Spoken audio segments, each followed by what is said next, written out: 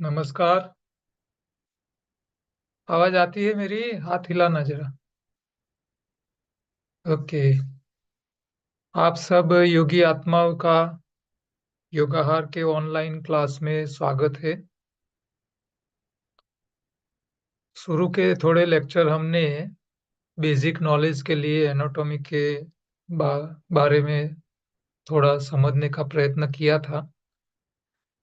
आज से हम अपनी योगाहार की जो बुक है, गुजराती में जिन लोगों ने शुरू में 10 तारीख तक बुकिंग करवाया था, उन लोगों को हमने ऑलरेडी भेज दी है। हिंदी वालों के लिए जो बुक थी हमारी गुजराती, उसका ट्रांसलेशन करवाया है और उसका चेकिंग चालू है। जैसे ट्रांसलेशन में जो करेक्शन है वो खत्म हो जाएगा तो वो बुक प्रिंट करवा के उन लोगों को भी ये हफ्ते में भिजवा देंगे। फिर भी बुक की जो टॉपिक्स है, वो टॉपिक्स हम एक एक करके लेने वाले हैं। अब अगले जितने भी हमारे लेक्चर रहेंगे, वो सारे एक एक टॉपिक को क्लियर करते चलेंगे हम। साथ साथ में क्वेश्चन आंसर भी लेते रहेंगे। और टॉपिक के साथ साथ जो बातें टॉपिक में नहीं है और जहां जरूरत पड़ेगी, तो वो बातें भी हम साथ में लेते रहेंगे। हम ऐसा नहीं मानते हैं कि जो लिखा है बस इतना ही हमको पढ़ना चाहिए। हमारा उद्देश्य एक ही है कि जो हमारा 10 साल का एक्सपीरियंस है, हमने जो पाया है, जो हमने पढ़ाई की है, और जो नॉलेज हमारे पास आया है, जो ज्ञान हमने इकट्ठा किया है, अकेला ज्ञान नहीं, इसके साथ प्रैक्टिकल के साथ हमने जो सीखा है, और जो सीखा है वो सारी बातें हमने पुस्तक में लिखने का प्रयत्न किया है। लेकिन सारी बातें हम पुस्तक में नहीं लिख पाते हैं, और जो पुस्तक लिख लिया है उसमें कई बातें रह जाती है। तो जो चीजें पुस्तक में नहीं है वो भी हम आपको बताते रहेंगे। अल्टीमेट हमारा उद्देश्य एक ही है कि भी आपको हो सके इतना नॉलेज हमारी ओर से मिले आपको। यहाँ जो भी हम आपको बात बताएंगे, उसको जो हमने बेच लिया है, वो कोई पुस्तक है या कोई दूसरे स्टडीज का मटेरियल नहीं है। हमने जो अभ्यास किया है उसमें जो हमको नेचर के हिसाब से जो समझ आया था कि भी नेचर, कुदरत कैसे चलती है, उसको ध्यान में रख के हमने पुस्तक में जो बातें बताई है उसको दिखाने का प्रयत्न किया है।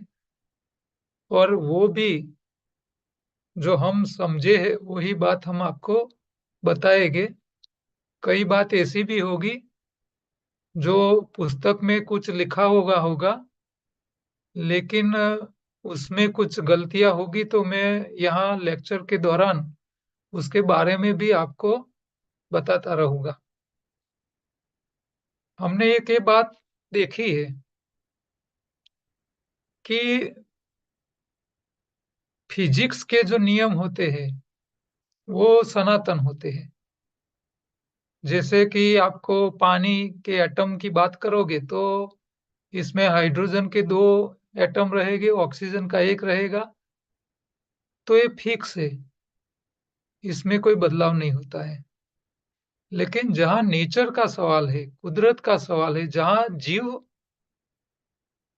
के साथ कोई बात आती है, जहाँ लाइव चीजें होती है, जहाँ लाइव चीज है, यानी चाहे प्राणी है, पशु है, पक्षी है, और इसके साथ जब कोई आत्मा का जुड़ाव होता है, तो वहाँ काफी नियमों में फिर जैसे फिजिक्स के नियम है वैसे नियम वहाँ लागू नहीं होते हैं।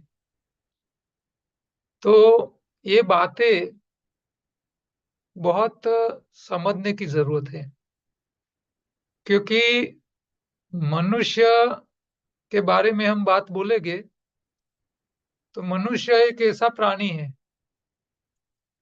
दूसरे प्राणियों से थोड़ा अलग है। मनुष्य जो काम कर सकता है वो दूसरे प्राणी नहीं कर सकते।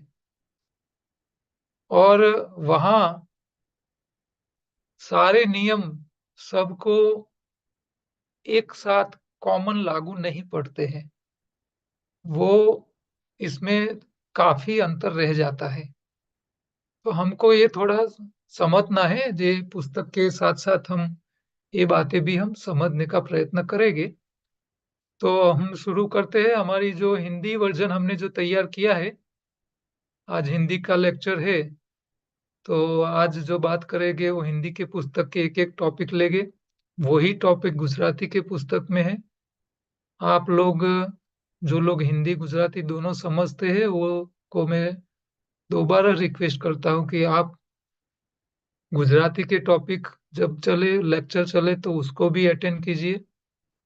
हिंदी वाले भी अटेंड कीजिए। हिंदी वाले जो गुजराती नहीं समझते हैं उनको थोड़ी दिक्कत रहेगी, लेकिन आपको समझ है, हिंदी समझ सकते हो, गुजराती भी समझ सकते हैं।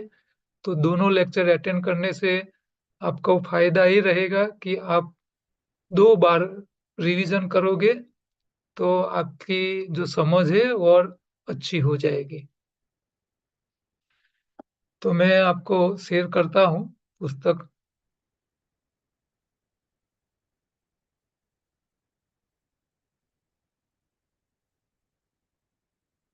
तो जो पुस्तक का टाइटल है योगाहार। योगाहार का मतलब है आहार का इंजीनियरिंग।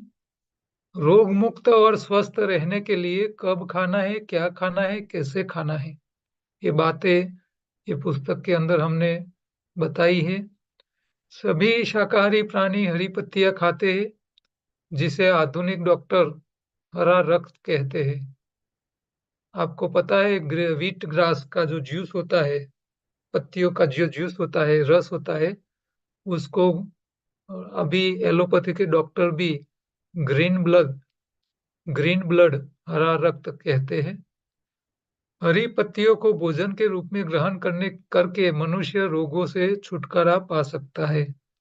तो हमारा शरीर जो है वेजिटेरियन है, और वेजिटेरियन प्राणी जितने भी है इस धरती पे सारे पत्तियां खा के ही जीते हैं।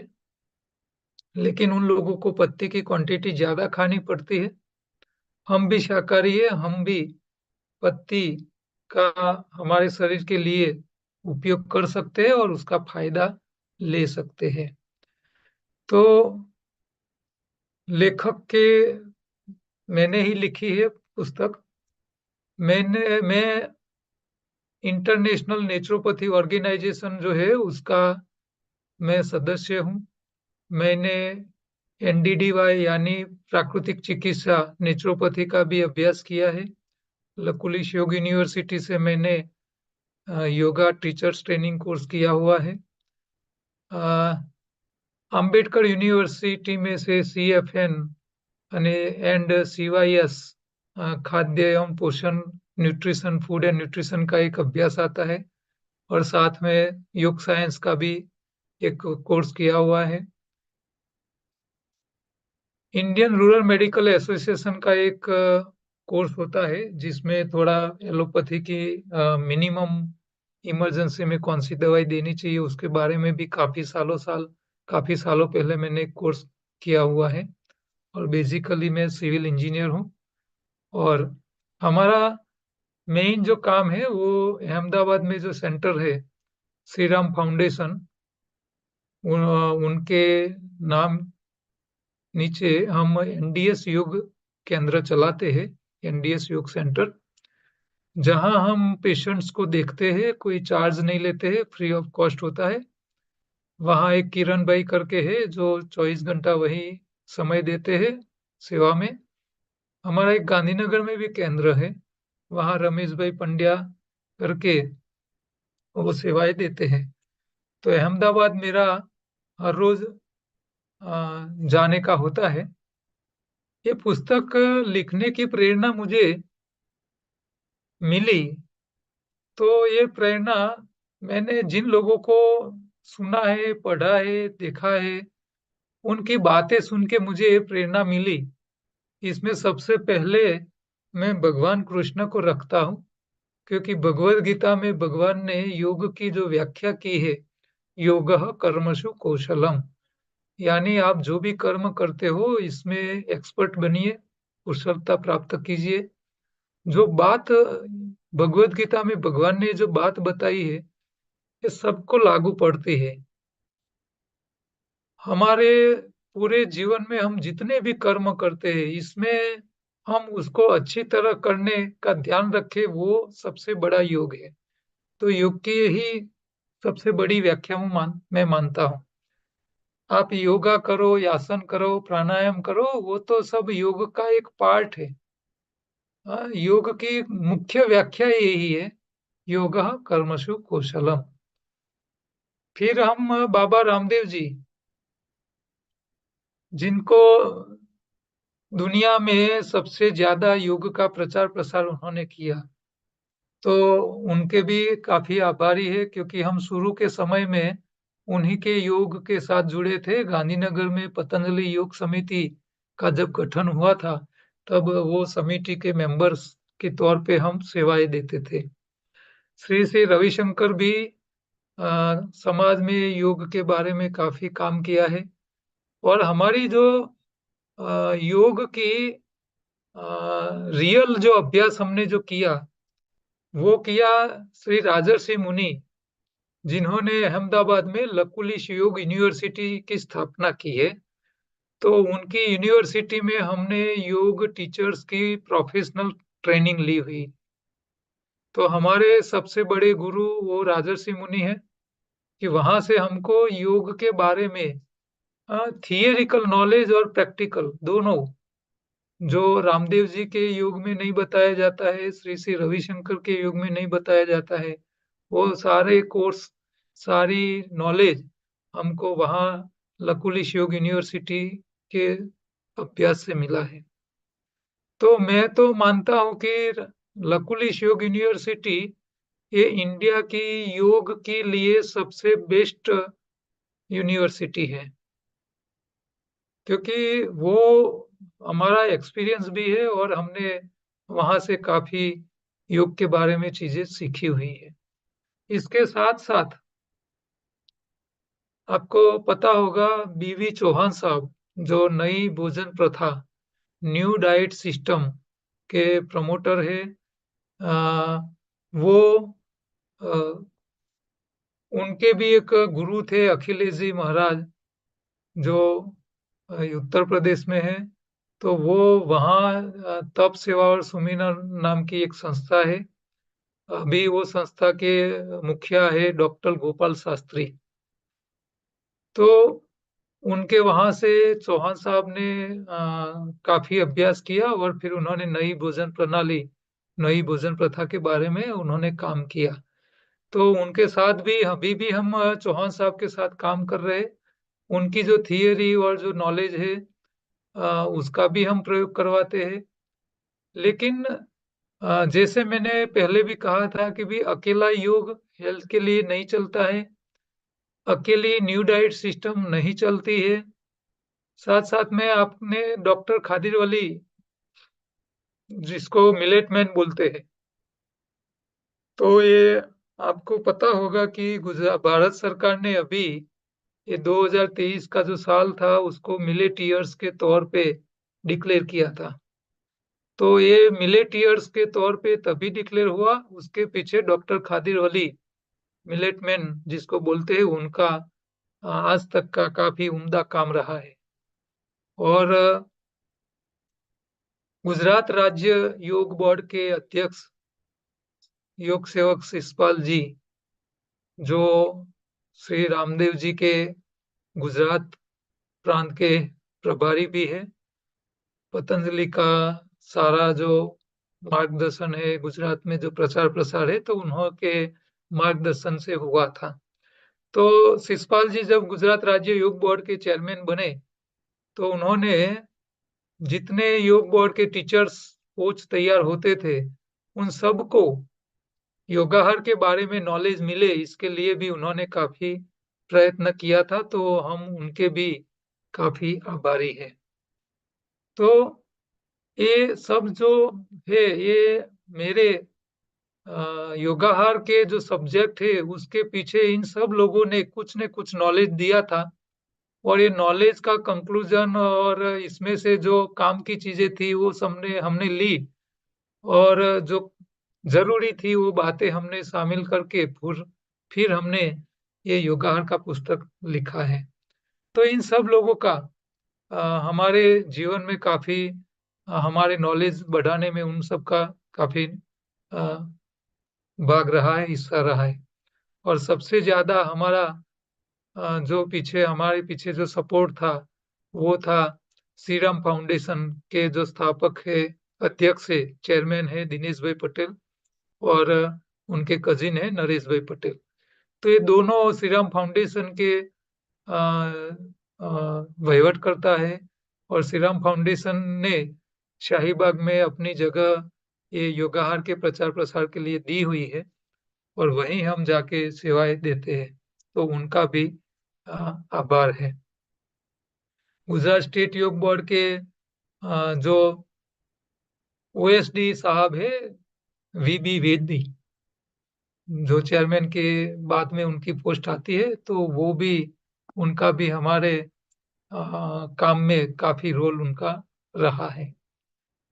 तो ये योगाहार का जो पुस्तक है, उसमें हमने जो टाइटल्स, जो चैप्टर्स बनाए हैं, वो चैप्टर्स एक एक करके देख लेते हैं। आपको पता चलेगा कि इसमें क्या क्या हमको अभ्यास में पढ़ने का है।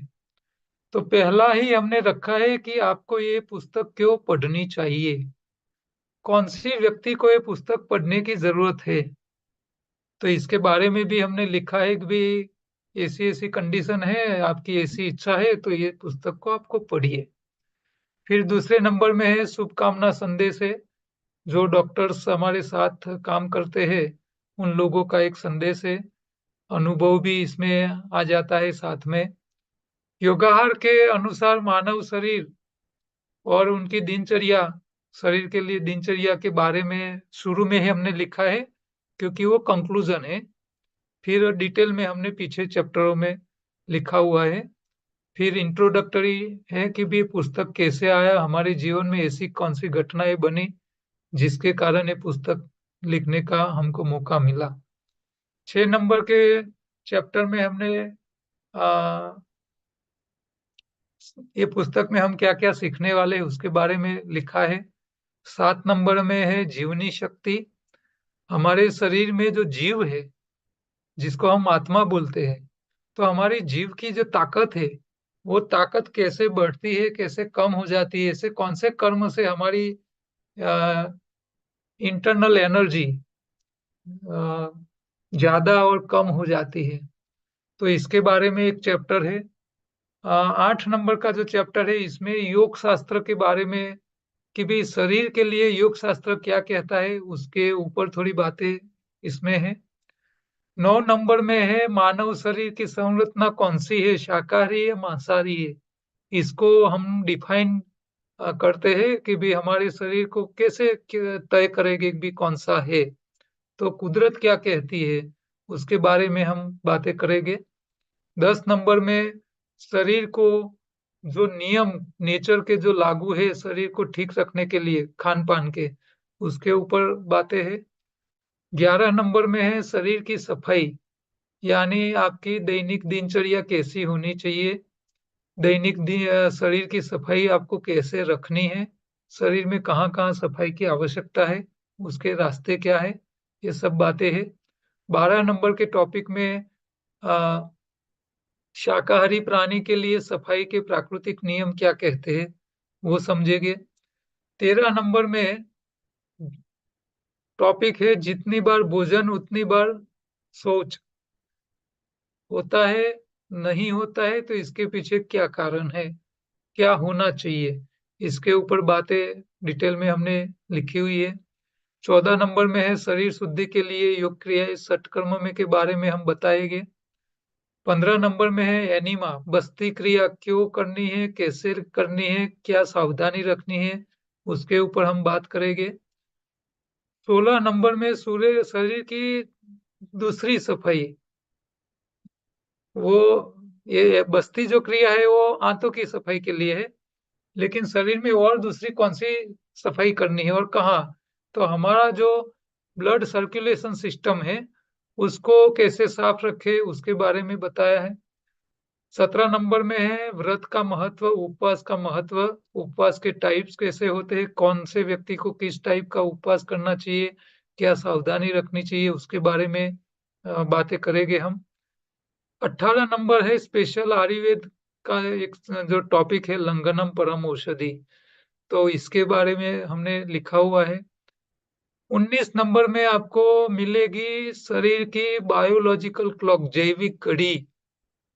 तो बायो क्लॉक हमारे शरीर में क्या क्या काम करती है और वो बायो क्लॉक कैसे सेट होती है उसके बारे में हम सीखने वाले हैं। मानव शरीर बायो क्लॉक का गुलाम है, तो बायो क्लॉक कैसे आपको गुलाम कर लेती है और वो बायोलॉजिकल क्लॉक आपके पीछे सच्चे अच्छे या गलत काम करवाती है उसके बारे में बात करेंगे। 21 नंबर में है शरीर की सफाई, संक्षिप्त में है, तो आगे जो पढ़ा है उसको थोड़ा शॉर्ट में लिखा हुआ है। 22 नंबर में है शरीर का भोजन, तो शाकाहारी भोजन में हम क्या क्या खाते हैं तो इसके बारे में है। 23 नंबर में है क्लोरोफिल, जो 5 तत्वों को मैनेज करके भोजन कैसे बनाता है और शरीर में जाके वही भोजन का इस्तेमाल कैसे ये क्लोरोफिल हीमोग्लोबिन बन के करता है उसके ऊपर हम चर्चा करेंगे।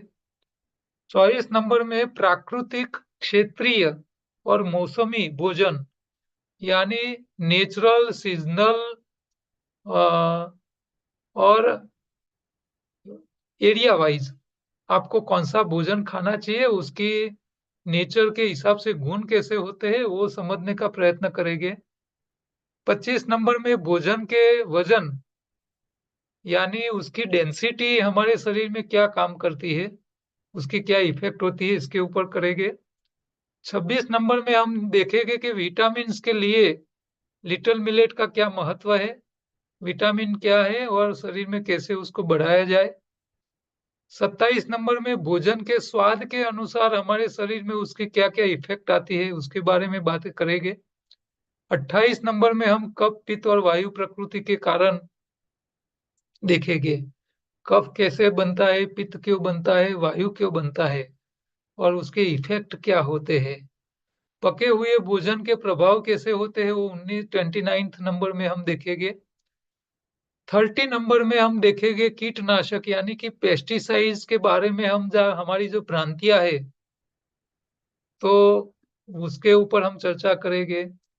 31 नंबर में है दूध और दूध से बने उत्पादन हमारे लिए कितने अच्छे हैं कितने बुरे हैं, क्या ध्यान रखना चाहिए, इसके ऊपर बात करेंगे।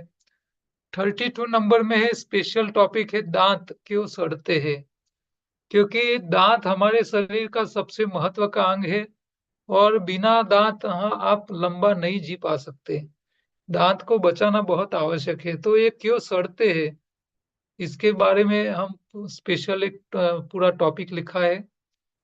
फिर जो असाध्य रोग है उसके लिए क्या एडवाइस दी जाए, और 34 नंबर में हम योगाहार संक्षिप्त में देखेंगे। 35 में रोजाना योग करने के फायदे हम देखेंगे। 36 नंबर में हम मनुष्य के 100 अच्छे और 100 बुरे गुण, आप किस में आते हो, आपके स्वभाव के हिसाब से आपके अच्छे बुरे गुण कैसे होने चाहिए इसके ऊपर हम चर्चा करेंगे वो लास्ट में। और शरीर के लिए हमारे लिए उपयोगी जो चीजें हैं और रोग के अनुसार हमको कौन से चीजों का इस्तेमाल करना चाहिए, पेशेंट को एडवाइस के लिए क्या करे, ये सारी बातें हम इसमें बताने वाले हैं। तो हम शुरू करते हैं। पहला टॉपिक है, आपको यह पुस्तक क्यों पढ़नी आप आप लोग तो पढ़ने वाले तो है ही, लेकिन आप तो इसमें से सीखने वाले हैं। ये पूरी पुस्तक के मास्टर बनने वाले हो। लेकिन जिन लोगों को मास्टर नहीं बनना है उनके लिए भी पढ़ने की क्यों आवश्यकता है, क्यों पढ़नी चाहिए इसके पुस्तक को। तो ये जो मुद्दे मैंने बताए हैं कि यदि निम्नलिखित में आपके उत्तर हाँ है तो इस पुस्तक को आप पढ़े। देखो कौन सी बातें हैं। तो क्या आप स्वास्थ्य के प्रति सचेत है या जागरूक है? आप हेल्थ कॉन्शियस है तो आप ये पुस्तक को पढ़ना चाहिए। आपके फैमिली के जितने लोग हैं, आप जानते हो, आपके अड़ोस पड़ोस वाले हैं, फैमिली वाले हैं, आपके दोस्तार है, या सोसाइटी में है, आपके समाज में हो, या रिलेटिव में हो, या बिजनेस के साथ जुड़े हुए जो भी लोग हैं, जो भी व्यक्ति आपको लगे कि भी ये व्यक्ति हेल्थ कॉन्शियस है, तो उनको ये पुस्तक के बारे में आपको बताना चाहिए, बोलना चाहिए कि भी आपको एक बार ये पुस्तक को पढ़ना चाहिए। क्यों? क्योंकि व्यक्ति जब कुछ नया पढ़ता है तो उसको काफी नई जानकारी उसको मिल जाती है। फिर जानकारी के हिसाब से वो अपनी हेल्थ को अच्छी तरह मैनेज कर पाता है। तो जहां से कुछ अच्छा मिलता है तो इसके बारे में बताना ये हर व्यक्ति की ड्यूटी, फर्ज हो जाती है। और हमारे शास्त्र तो कहते हैं कि जो नॉलेज आपको मिला है, चाहे कहाँ से भी मिला हो, आपके स्कूल से मिला हो, आपके टीचर ने दिया हो, आपके पड़ोसी ने सिखाया हो, आपके कोई गुरु ने बताया हो, या आपके बिजनेस के दोस्तार हो, या कोई फ्रेंड हो, या आपके फैमिली मेंबर, जो भी व्यक्ति आपको जो भी सिखाती है, जो नॉलेज देती है, जो ज्ञान देता है, वो जो आपके शरीर के अंदर, आपके मन के अंदर, आपकी बुद्धि के अंदर, आपके माइंड के अंदर जो नॉलेज आ जाता है, वो सारा नॉलेज दूसरे को देना एक कंपलसरी हमारे शास्त्रों ने बताया हुआ है। हमारा जो सनातन धर्म है यही बात सिखाता है कि आपके पास जो भी नॉलेज है वो सारा नॉलेज आप दूसरे को, जिसको जरूरत है और आपके पास मांगने आए, तो उसको ये सिखानी आपकी ड्यूटी है। और सिखाने का आपको कोई पैसा नहीं लेना है।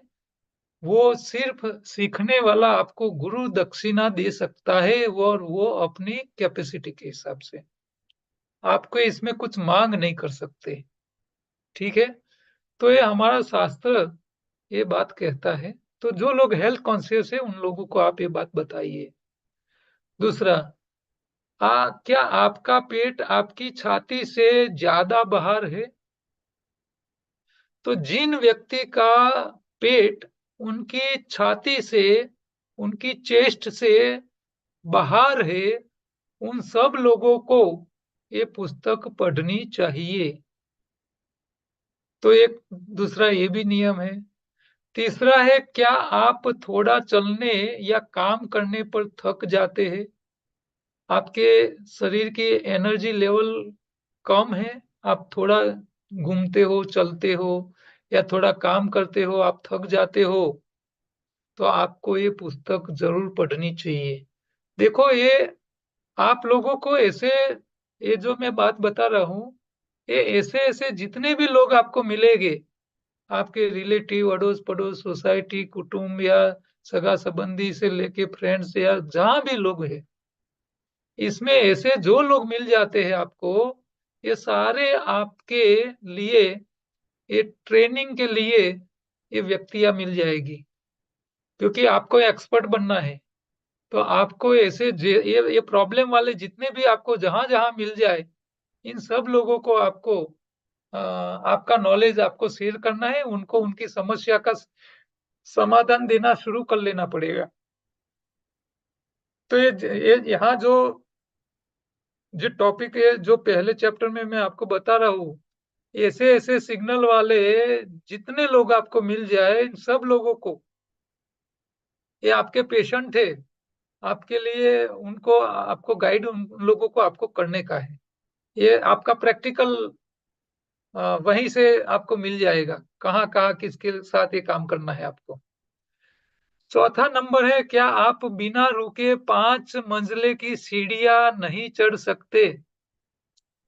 मान लो ये तीसरे नंबर वाले का जो था टॉपिक की भी, थोड़ा चलने से थक नहीं लगता है, काम करने भी थकता नहीं है, लेकिन वही व्यक्ति जब कोई 5 मंजिले की बिल्डिंग में चढ़ता है और स्टेयरकेस से चढ़ता हुआ वो 5वीं मंजिल तक पहुंचता है, 5वें फ्लोर तक, और वहां चढ़ते वो थक नहीं जाता है, आराम से चढ़ सकता है या नहीं चढ़ सकता है? नहीं चढ़ सकता है तो उनके लिए भी ये पुस्तक काम का है। चढ़ जाता है तो वो हेल्दी है, उसका कोई दिक्कत नहीं है, उनको कोई प्रॉब्लम नहीं है। पांचवा क्या है, क्या आपको बार बार सर्दी या बुखार होता रहता है? मान लो जो व्यक्ति हर 3 महीने में, 4 महीने में एक बार बीमार होता है, तो वो भी आपके लिए पेशेंट है। छठा है, क्या आप पुरुष है और आपकी 1 फीट ऊंचाई के अनुसार आपका वजन 12 किलो से अधिक है? यानी मान लो कोई व्यक्ति की ऊंचाई 5 फुट है, तो 5 फुट हाइट है और 1 फुट के हिसाब से हम 12 किलो वजन गिने, तो 12 × 5 यानी 60 किलो से ज्यादा वजन है, पुरुष है और वजन ज्यादा है, तो वो भी आपका पेशेंट है। ऐसे व्यक्ति को भी आपको गाइड करना है, उनको ये बातें बतानी है। अच्छा, क्या आप महिला है और आपकी 1 फीट ऊंचाई के अनुसार आपका वजन 12 किलो से अधिक है? अरे 11 किलो से अधिक है। तो जो लेडीज वर्ग है, स्त्रियां है, महिलाएं है, उनकी ऊंचाई के हिसाब से उनका वजन 1 फुट के सामने 11 किलो, यानी 5 फीट की हाइट की ऊंचाई है बहन की, तो उनका वजन 55 केजी से ज्यादा नहीं होना चाहिए, और ज्यादा है तो वो भी आपके लिए पेशेंट है।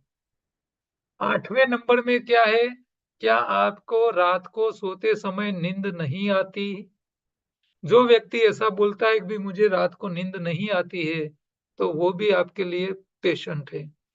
क्या आप रात में खर्राटे लेते हैं? तो जो खर्राटे का जो प्रॉब्लम है, गुजराती में उसको बोलते हैं नसकोरा, तो वो भी बीमार है, उनके लिए भी ये पुस्तक काम का है। 10वें नंबर का पॉइंट है, क्या आप नियमित रूप से किसी बीमारी की दवा लेते हैं? तो जो लोग रेगुलर दवाई खाते हैं, डायबिटीज की हो, बीपी की हो, एसिडिटी की हो, जॉइंट पेन की हो, थायराइड की हो, या तो फेफड़ों की है, या खून पतली करने की है, या किसी भी प्रकार की रेगुलर जो लोग दवाई खाते हैं, वो सारे लोगों के लिए, ये सारे लोग आपके लिए पेशेंट है। 11 नंबर में, क्या आपके पेट में प्रतिदिन कब्जियत महसूस होती है? तो जिन लोगों को कॉन्स्टिपेशन का फीलिंग रहता है पूरा दिन और रोज, उन लोगों के लिए भी ये पुस्तक काम की है, उनको भी ये पुस्तक पढ़नी चाहिए। 12 नंबर में है, क्या परिवार के सदस्य आपके स्वभाव को लेकर शिकायत करते हैं? तो देखो, ये स्वभाव जो होते हैं व्यक्ति के, किसी का स्वभाव बहुत गुस्सा वाला है, किसी का स्वभाव बहुत ठंडा है, किसी का स्वभाव बहुत चंचल है। चंचल स्वभाव वाला कहीं एक जगह लंबे टाइम बैठ नहीं सकेगा। जो ठंडे स्वभाव वाला है, उनको आप 3 बार बोलोगे तभी वो हाँ बोलेगा। और जो गुस्से वाला स्वभाव है, वो सब लोग छोटी छोटी बातों में गुस्सा करते हैं। तो आपका किसी भी प्रकार का स्वभाव हो, ठंडा हो, गुस्से वाला हो, चंचल हो, तो ये सारे स्वभाव के बारे में आपके सदस्य, परिवार के सदस्य आपको शिकायत करते हैं किसी को भी शिकायत करते हैं तो वो भी ये पेशेंट है, उनको भी ये पुस्तक पढ़नी चाहिए। इस जितने टॉपिक मैं बता रहा हूँ ना, इसके हिसाब से तो आपको ऐसा कोई व्यक्ति मिलेगा ही नहीं जिसको ये पुस्तक पढ़ने की जरूरत ना पड़े। ये आपको एक एक याद दिला तो भी आपको ऐसे ऐसे मिल जाएंगे। ये ये बहुत काम की टॉपिक है, क्योंकि कौन कौन पेशेंट है, उनको लगेगा कि मैं पेशेंट नहीं हूँ, लेकिन सही में वो पेशेंट है। क्या आप जो काम करते हैं उसका आप आनंद नहीं लेते? आपको आनंद नहीं आ रहा है? क्योंकि कई लोग जो काम करते हैं ना, तो काम करते होते हैं, लेकिन वो मन को मार के काम करते हैं, उसका आनंद नहीं है उनको। तो वो भी एक बीमारी है, वो भी पेशेंट है। 14 नंबर में है, आपके व्यवहार के कारण लोग आपसे बचते हैं, हाँ, आपसे दूर भागते हैं, तो भी समझ लेना आप में कुछ प्रॉब्लम है। उनका समाधान यहाँ से आपको मिल जाएगा, ये पुस्तक से मिलेगा। क्या आपके चेहरे की चमक कम हो गई है? हाँ, तो भी समस्या ही है। तो जिस व्यक्ति की चेहरे की चमक नहीं है, वो भी पेशेंट है, उनके लिए भी काम का है। क्या आप अपने जीवन में कम सार्थक महसूस करते हो? तो आपके जीवन का जो मतलब है, आपको ऐसा लगता है कि भाई मेरे जीवन का कुछ मतलब ही नहीं है, ऐसा फीलिंग आता है, तो भी मान लो आपको ये पुस्तक पढ़ने की जरूरत है। क्या आप अपना दैनिक कार्य अपनी इच्छा अनुसार नहीं कर पाते हैं? आपकी जो इच्छा है कि भाई मुझे तो ये काम करने हैं और नहीं कर पाते हो, तो इसके पीछे कोई वजह है। वो वजह यही है, आपकी तन और मन की कोई ना कोई प्रॉब्लम है। 18 नंबर में है, यदि आप सेवानिवृत्त है, यानी आप रिटायर हो और आप कोई प्रवृत्ति नहीं करना चाहते, आपको इच्छा ही नहीं हो रही है, आपको अच्छी लगे ऐसी कोई प्रवृत्ति करने की आपका मन ही नहीं लगता है, तो भी आपको समस्या है, आप बीमार हो, ऐसा मान ही लेने का।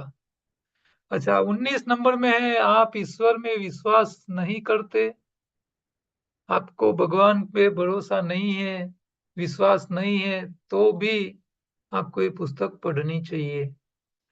20 नंबर में, क्या परिवार पर आपकी बीमारी और दवाइयों के खर्च का बोझ है? ये तो सीधा सा हिसाब है कि भी बीमार हो, दवाई खा रहे हो, तो आपके परिवार पे बोझ है ही, तो उनके लिए भी ये काम की है।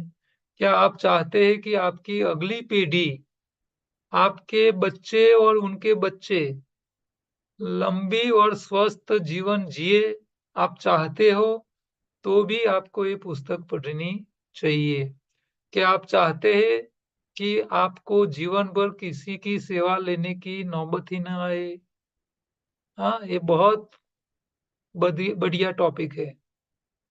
आप ऐसा चाहते हो कि भाई पूरी जीवन जिंदगी मैं किसी के ऊपर बोझ नहीं बनूंगा, और मुझे मेरे लिए किसी की सेवा की आवश्यकता नहीं रहे, इसी तरह मुझे जिंदगी जीनी है, ऐसा चाहते हो, तो भी आपको ये पुस्तक पढ़ना चाहिए, क्योंकि इसमें से आपको काफी ये ऐसी प्रकार की जीवन जीने के लिए आपको काफी गाइडेंस मिल जाने वाला है। क्या आपको कोई लत है? चाय का है, कॉफी का है, तंबाकू का है, शराब का है, या कोई नशीली दवाइयाँ का आपको व्यसन है? हाँ, तो भी आपके लिए काम का है। आप बिना दवाई के 100 साल जीने की उम्मीद रखते हो, तो भी आपको ये पुस्तक काम का है। और लास्ट, क्या आप 84 लाख योनियां पूरी करने के बाद एक इंसान के रूप में खुशी से जीना चाहते हैं और मोक्ष की अपेक्षा रखते हो, तो भी आपके लिए काम का है। तो इतने सारे, अब आप देखिए, ये जो 25 प्रकार के जो नोट्स है, ये दिखाते हैं कि भाई ये 25 में से किसी एक की समस्या वाली व्यक्ति आप ढूंढने जाओगे, तो मैं मानता हूं 100 में से एक व्यक्ति भी ऐसा नहीं मिलेगा जो ये 25 टॉपिक के अंदर नहीं आता हो, और ऐसा मिल जाए तो आपको उनको अपना गुरु बना देना है। हाँ, ये ध्यान रखो, आपको उनको अपना गुरु बना ही देने का, क्योंकि ये 25 टॉपिक में से उनको कोई टॉपिक नहीं लागू होता है तो ये देवी शक्ति वाला ही मिलेगा, इसके अलावा आपको कोई नहीं मिलेगा। ठीक है, तो ये इतनी सारी बातें हमारे शरीर के साथ जुड़ी हुई है, हमारे मन के साथ जुड़ी हुई है, और ये सब चीजें कैसे इफेक्ट करती है हमारी बॉडी, हमारे तन और मन को, इसके बारे में हम आगे समझने वाले हैं। यहाँ एक शुभेच्छा संदेश है। आरपी पटेल, विश्व उमिया फाउंडेशन अहमदाबाद में है एक संस्था, जो विश्व की सबसे बड़ी माँ उमिया का मंदिर बनाने वाले हैं। 8वीं अजायबी होने वाली है। करीब 500 फुट से ज्यादा हाइट वाला ये टेम्पल बनने वाला है। उनके प्रेसिडेंट है, स्थापक है और प्रेरक है आरपी पटेल। उन्होंने शुभेच्छा संदेश दिया है ये पुस्तक के अंदर प्रिंट करने के लिए। वो लिखते हैं, योगाहार विशेषज्ञ श्री राजेश पटेल, जिसको ग्रीन डॉक्टर बोलते हैं, द्वारा लिखित पुस्तक योगाहार विशेषकर बहनों के लिए अवश्य पढ़ने योग्य है। भगवान कृष्ण गीता में कहते हैं कि योगः कर्मसु कौशलम, यानी अगर बहनें खाना बनाने में निपुणता हासिल कर ले तो उसे योग कहा जाता है। इसका मतलब यह है कि बहनों के हाथ का बना स्वादिष्ट खाना खाकर परिवार का कोई भी सदस्य बीमार न पड़े, बल्कि बीमारी धीरे धीरे दूर करने वाला खाना बनाने का हुनर आना जरूरी है। बोलो, बहुत बहुत महत्व की बात बताई उन्होंने कि हर बहन को अपना भोजन ऐसा बनाने का हुनर होना चाहिए कि वो खाने वाला बीमार नहीं होना चाहिए, और बीमार धीरे धीरे ठीक होना चाहिए। इस पुस्तक में उचित आहार और स्वास्थ्य के साथ शरीर के लिए हरी पत्तियों के महत्व के बारे में बताया गया है। शरीर को कितने प्रकार के भोजन की आवश्यकता होती है, कब खाना है, कितना खाना है और कैसे खाना है, इन बातों को सरल भाषा में अच्छे से समझाया गया है। विश्व उमिया फाउंडेशन को उम्मीद है कि दुनिया का हर परिवार योगाहारी बन जाएगा। योग शाकाहारी, यहाँ ट्रांसलेशन में थोड़ी गड़बड़ी हुई है, योगाहारी बन जाएगा। यदि आप चबा चबा कर खाएंगे तो आपको लंबी स्वस्थ जिंदगी मिलेगी। हमें गर्व है कि ग्रीन डॉक्टर राजेश पटेल समाज के स्वास्थ्य के प्रति जागरूकता पैदा करने के लिए हमारी संस्था के साथ जुड़े हैं, और संस्था की ओर से उन्हें शुभकामनाएं। तो विश्व उमिया फाउंडेशन ने बहुत बड़ा काम किया था।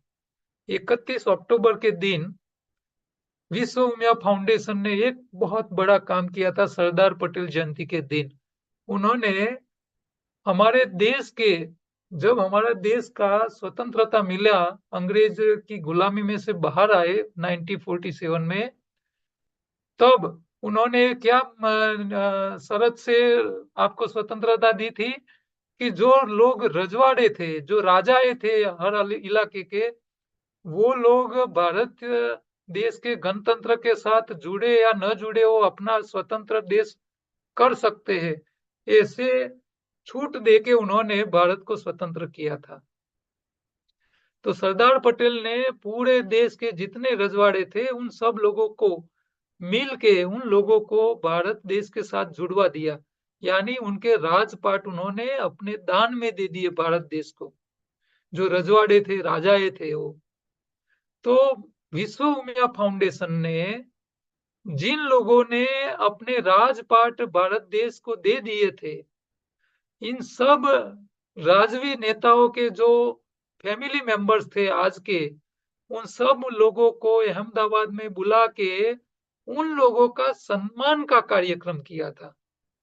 आज तक पूरे देश में जिन राजाओं ने अपने राजपाट देश को नौशावर कर दिए थे, दे दिए थे, 1 रुपया लिए बिना, वो सारे राजाओं का सम्मान आज तक नहीं सरकार ने किया था, नहीं कोई सामाजिक संस्था ने किया था और कोई नेता ने आज तक याद नहीं किया था। वो काम ये आरपी पटेल ने विश्व उमिया फाउंडेशन की संस्था के नाम से किया और उसी दिन उन्होंने योगाहार की एक छोटी सी बुक, ये 150 पाना की बुक की जगह 24 पाना की कंक्लूजन बुक मैंने एक बार रखा था आपके व्हाट्सएप ग्रुप में। तो ये 24 पाना की बुक उन्होंने 50,000 बुक प्रिंट करवाए और वो बुके लोगों के लिए फ्री बांटे उसी दिन, 31 अक्टूबर के दिन। और ये बुक का जो विमोचन था वो गुजरात राज्य के मुख्यमंत्री भूपेंद्र भाई पटेल और हेल्थ मिनिस्टर ऋषिकेश भाई पटेल के हाथों करवाया था।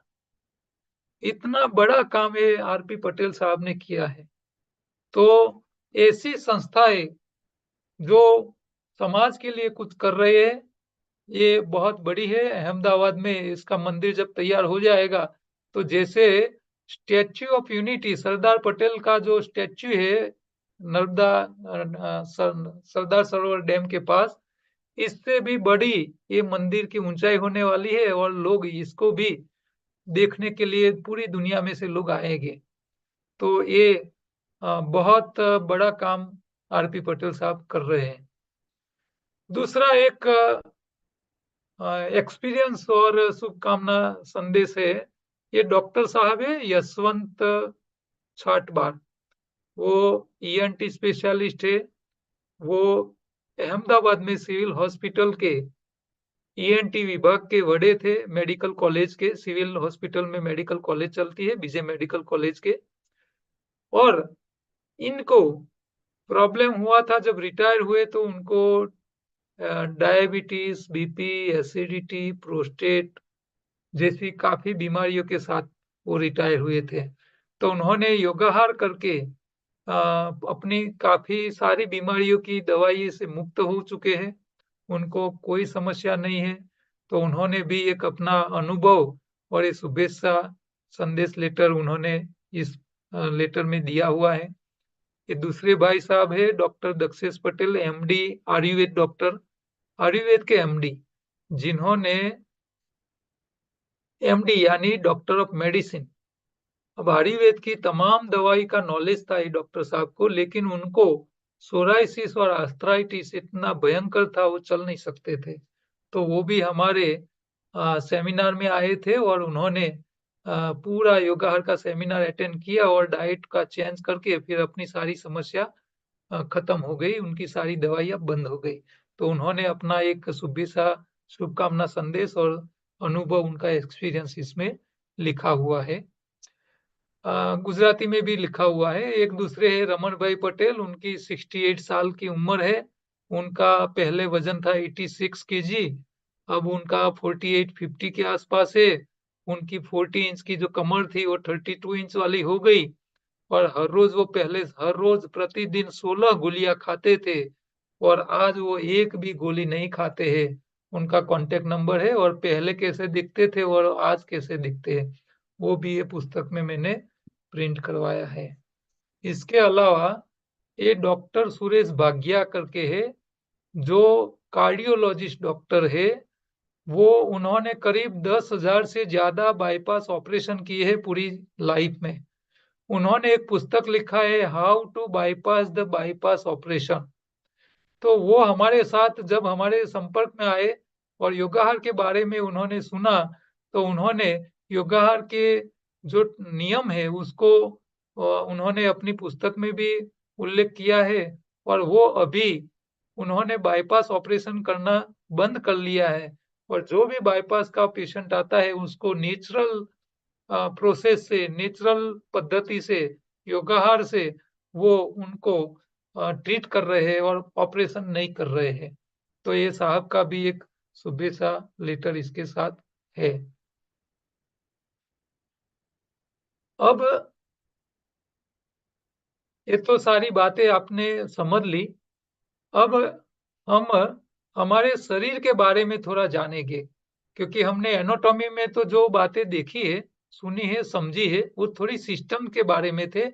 लेकिन पूरा शरीर हमारा पूरे दिन में क्या क्या करता है, शरीर में क्या क्या है, कितनी आश्चर्यजनक बातें हैं, ये हम देख लेते हैं आज। तो अंडे सो पिंडे, पिंडे सो ब्रह्मांड में, तो हमारे शास्त्र, सनातन शास्त्र क्या कहते हैं कि जो पूरा ब्रह्मांड है वो ही पूरा ब्रह्मांड आपके शरीर में है। हाँ, आपके एक एक कण में पूरा ब्रह्मांड समाहित है। तो हमारा शरीर कैसा है, देखो एक एक टॉपिक देखते हैं हम। तो हमारा शरीर 5 महाभूत का है। पृथ्वी, जल, वायु, प्रकाश और आकाश। 5 इंद्रियां है। आंख है, कान है, नाक है, जीभ है और त्वचा। ये 5 हमारी इंद्रियां है। फिर कर्मेंद्रिय है हमारे 5। हाथ है, पैर है, गुदा है, लिंग है और जीभ, वाणी और तन्मांत्र। तो ये 5 हमारी कर्मेंद्रिय है। 5 शब्द है। स्पर्श, रूप, गंध, अंतःकरण। 5 मन, अंतःकरण 5 है। मन, बुद्धि, आत्मा, अहंकार। और इस प्रकार 25 तत्वों से हमारा शरीर बना है। दूसरा है मल, मूत्र, शौच, वीर्य, भूख, प्यास, हंसी, रोना, नींद, उल्टी, खांसी, छींक। ये शरीर के 13 प्राकृतिक आवेग है। तो शरीर के जो प्राकृतिक आवेग है, इसको कभी भी रोकना नहीं चाहिए। जब भी जो आवेग आए उसको न्याय देना चाहिए। तो ये 13 प्रकार के प्राकृतिक आवेग हमारे शरीर में पैदा होते हैं। हाँ, ये आप सबको इसका एक्सपीरियंस है। आपको उल्टी आ रही है तो आप रोकने का प्रयत्न करोगे तो नुकसान होगा, उसको निकाल ही देना चाहिए। खांसी आ रही है तो कर लो, छींक आ रही है तो खोल लो। आपको बगासा, जमाई यानी बगासा, बगासो आवे तो એને રોકાય નહીં। તમે બગાસાને રોકવા જાઓ ને તો મોઢું પકડાઈ જાય। એને રોકવાનો નહીં। ભૂખ લાગે તો ભોજન કરી લેવાનું, प्यास लगे पानी पी लेने का है। हाँ, सोच आई है तो कर लेनी है, मल मूत्र निकलने चाहते हैं तो निकाल देना है, ठीक है। तो ये सारे आवेग है। अच्छा, हमारे शरीर में 2 आंख है, 2 नाक है, 2 कान है, मुंह है, लिंग है, गुदा है। ये सारे जो है वो 9 द्वार है। ये शरीर के 9 नगर बोले जाते हैं। हाँ, आपके शरीर में ये 9 जगह ऐसी है जहां से कोई बाहर की चीज आपके शरीर के अंदर जा सकती है। इसके अलावा दूसरा कोई रास्ता नहीं है। तो ये 9 द्वार है। चौथा है आदि, यानी मानसिक बीमारियां जिसको आदि बोलते हैं। व्याधि है उसको बोलते हैं शारीरिक पीड़ा। और उपाधि जो शरीर के साथ नहीं जुड़ी है, मन के साथ जुड़ी नहीं है, शरीर के साथ जुड़ी नहीं है, लेकिन दूसरों की उपाधि हम लेके जीते हैं। तो ये शरीर उपाधि जो है वो शरीर के साथ नहीं जुड़ी है। व्याधि जो है शरीर की बीमारी है और आदि जो है मानसिक बीमारी है। तो मन, तन, ये 2 शरीर के साथ है। और उपाधि जो है वो आपने दूसरे लोगों की उपाधि आपने अपने सर पे लेके रखी है। तो ये 3 मुख्य बीमारियां होती है। ये आपके शरीर को इफेक्ट करती है, आपके लाइफ को इफेक्ट करती है। पूरी दुनिया में 7.5 अरब लोग हैं, लेकिन सभी के फिंगरप्रिंट एक जैसे नहीं होते। देखो ये कितनी अजीब बात है। 7.5 अरब लोग यानी 750 करोड़ लोग इस दुनिया में हैं, लेकिन किसी भी व्यक्ति की फिंगरप्रिंट दूसरे के साथ मैच नहीं होती। यही भगवान का प्रूफ है। ईश्वर की ईश्वर अस्तित्व में है, यही ये दिखाता है। ये ईश्वर के अलावा नहीं कर सकता, कोई नहीं कर सकता। तो एक फिंगरप्रिंट नहीं होती है। इसके साथ साथ आंखों की जो पैटर्न होती है वो भी कभी मैच नहीं होती है, आंख भी अलग रहती है। अच्छा, एक दिन में शरीर 21,600 बार श्वास लेता है और छोड़ता है। यानी हर मिनट में आप 15 बार एवरेज सांस लेते हैं और छोड़ते हो। एवरेज, हाँ, ये एवरेज का है, फिक्स नहीं है। जो लोग योगी होते हैं, जो लोग तप करते हैं, ध्यान में बैठते हैं, उन लोगों का श्वास कम होता है। अच्छा, शरीर में सांस लेने की क्रिया को पूरक कहते हैं, सांस रोकने की क्रिया को कुंभक कहते हैं, और सांस को छोड़ने की क्रिया उसको रेचक कहा जाता है। ये हमारे शरीर का ये एक नियम है। ठीक है, योग का बारे में बताता है। शास्त्रों में काम वासना, द्वेष यानी क्रोध, लोभ, मोह, मद अहंकार और ईर्ष्या को शरीर के शत्रु कहा गया है। तो शरीर बीमार है, मन से बीमार है, तन से बीमार है, या उपाधि से बीमार है, तो इसके पीछे ये 6 शत्रु काम करते हैं। हाँ, या तो वासना होगी इसके अंदर क्रोध होगा, उसके अंदर लोभ होगा, उनके अंदर मोह होगा, या तो अहंकार होगा, या तो ईर्ष्या भाव होगी। ये कोई ना कोई एक चीज है, इसीलिए वो बीमार है, उनके जीवन में समस्या है। हाँ, जिसे हर किसी को छोड़ना होगा। हम सब लोगों को ये सारा छोड़ना पड़ेगा। ठीक है, नौवां टॉपिक, नौ नौ नौ नौ का 9 नंबर का है, सत्य, अहिंसा, दया, तप, स्वाध्याय और अपरिग्रह को शास्त्रों में मानव शरीर के परम मित्र के रूप में वर्णित किया गया है, जिसका अभ्यास हर किसी को करना पड़ता है।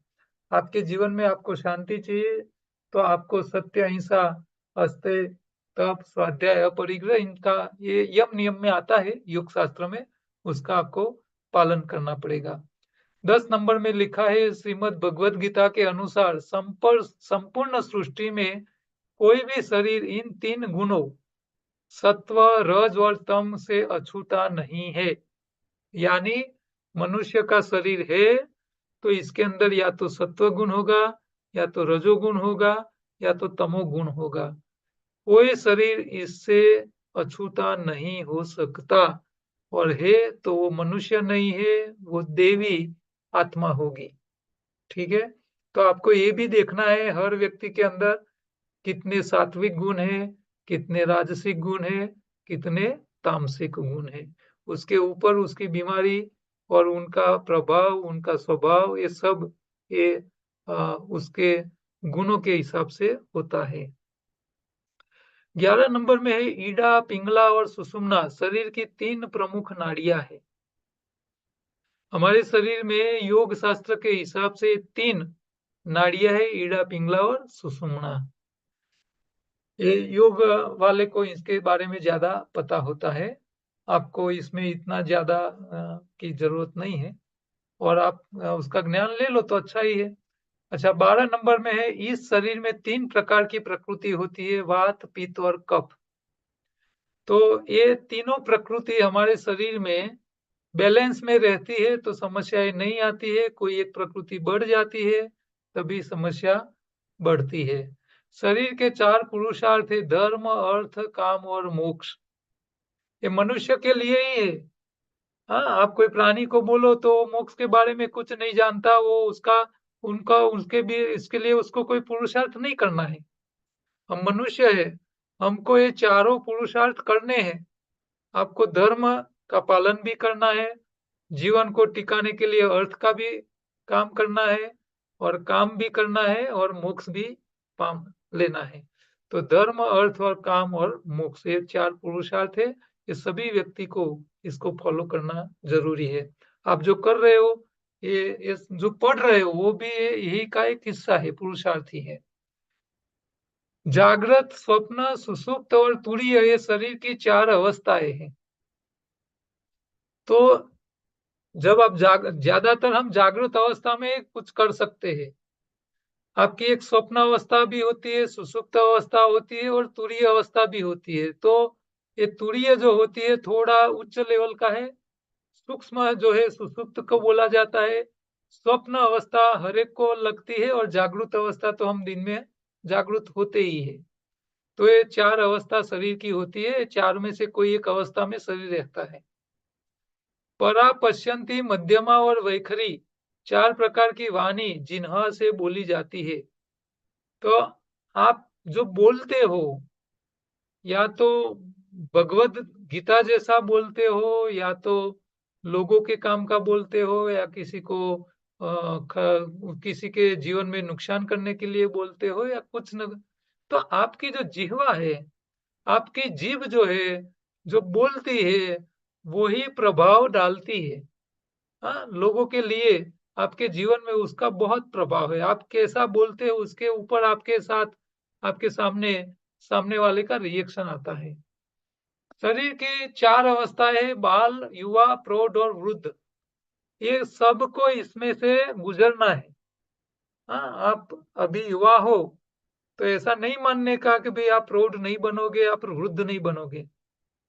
ये कंपलसरी है, चाहे आप कितने भी बड़े योगी हो या भोगी हो, सबको इसमें से निकलना है। और इसका एक एग्जांपल आपको देता हूँ। अंबाजी, गुजरात में अंबाजी है, वहां गब्बर का एक इलाका अलग है। तो गब्बर के पहाड़ पे चुंदड़ी वाली माता जी, यानी वो थे पुरुष लेकिन उसको चुंदड़ी वाली माता जी बोलते थे। वो जब छोटे थे, बाल अवस्था में थे, 12-15 साल की उम्र में थे, तब से वो पानी नहीं पीते थे, भोजन नहीं करते थे।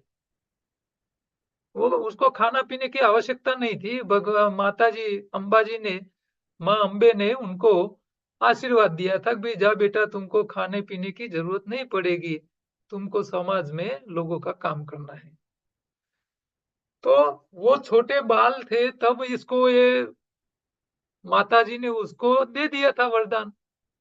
लेकिन वो खाते नहीं थे, पीते नहीं थे, फिर भी वो बाल छोटे थे तब वो युवा हुए, फिर वो प्रौढ़ हुए, फिर उनके शरीर पे वृद्धावस्था आई, और लास्ट में 95 साल के आसपास की उम्र में उन्होंने अपना देह को छोड़ दिया। जो व्यक्ति पूरी जिंदगी पानी भी नहीं पीता था, भोजन भी नहीं करता था, फिर भी उनको वृद्धावस्था में से पसार होना पड़ा और एक दिन शरीर को छोड़ना पड़ा।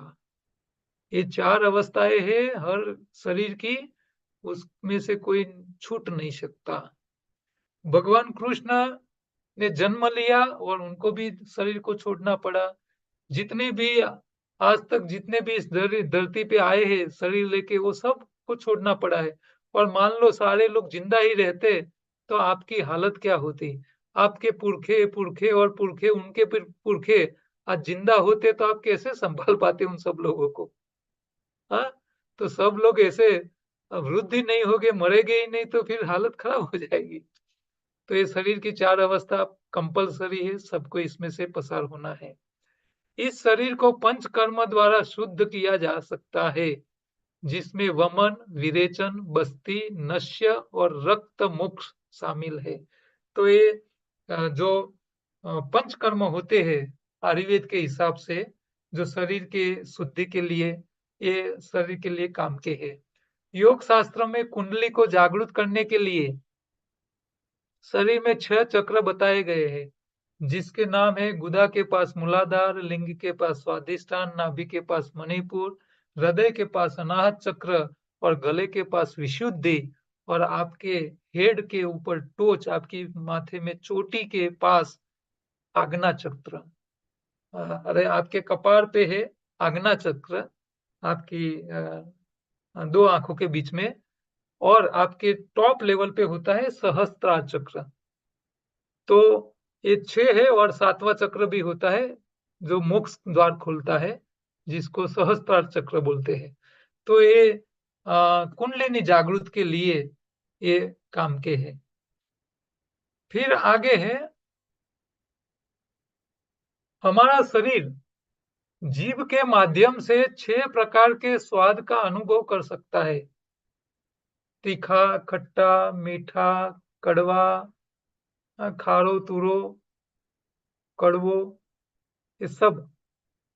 तो 6 प्रकारना स्वाद होय, गळ्यो, खाटो, तीखो, खारो, तुरो ने कड़वो। तो इतने स्वाद आपकी जीभ महसूस कर सकती है, इसका अनुभव कर सकता है। जीभ के अलावा आप स्वाद महसूस नहीं कर सकते, उसका अनुभव नहीं कर सकते। तो जीभ सही तरह स्वाद को पहचान पाए, वो भी बहुत जरूरी है। शरीर मुंह के माध्यम से 4 प्रकार के भोजन को संसाधित करता है। देखो, भोजन किस तरह आप ले सकते हो, एक चबा चबा के खा सकते हो, दूसरा होता है चाटना। ये कई प्राणी आपने देखे होंगे कि वो अपनी जीभ से चाटते हैं, वो सीधा खा नहीं सकते तो उसको चाटते हैं।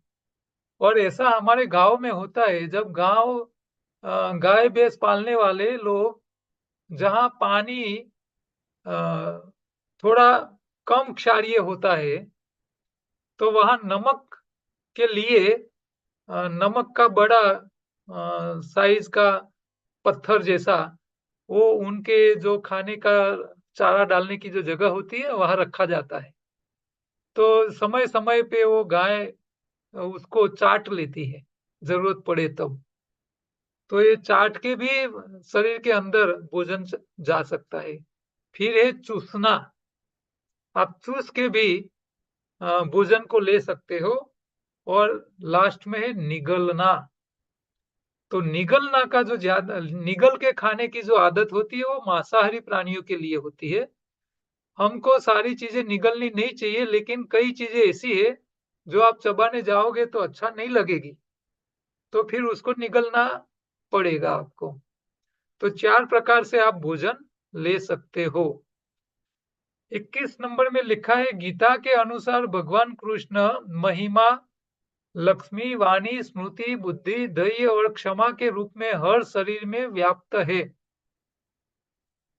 तो भगवान कृष्ण ये सारे प्रकार के रूप में अलग अलग शरीर में व्याप्त है, हाजिर है।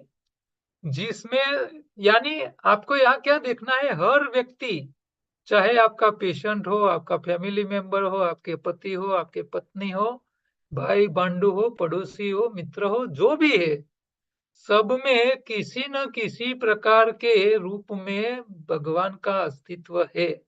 इसको मान के ही चलना है हमको, ये ध्यान में रख के ही। क्योंकि आप ध्यान में रख के उनके साथ व्यवहार करोगे तो आप सात्विक व्यवहार करोगे, आप उनका उनके साथ संबंध बिगड़ेगे नहीं। और आप उनके शरीर के अंदर आत्मा यानी भगवान का अस्तित्व है करके जब आप उनके साथ व्यवहार करोगे तो आप उनका कभी गलत नहीं कर सकोगे। और उनके ओर से भी आपको कभी कोई शाप नहीं मिलेगा।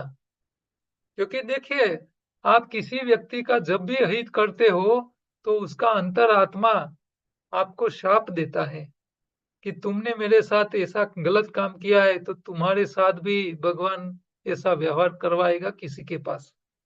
तो ये शापित लोग जो होते हैं वो सबसे ज्यादा दुखी होते हैं। तो हमको क्या करना है, हर एक व्यक्ति को जब भी उनके साथ हम बोले, उनके साथ व्यवहार करें, चाहे कुछ भी प्रकार का व्यवहार हो, पैसे की लेन देन का हो या भोजन का हो या कोई मटेरियल के बारे में हो, व्यापार किया हो या कुछ भी हो, तो सामने वाले के अंदर भगवान है ऐसा मान के ही आपको उनको व्यवहार करना है। जिसके शरीर में 8 अंगों को सक्रिय करके साष्टांग प्रणाम किया जाता है, उसे अष्टांग प्रणाम कहते हैं।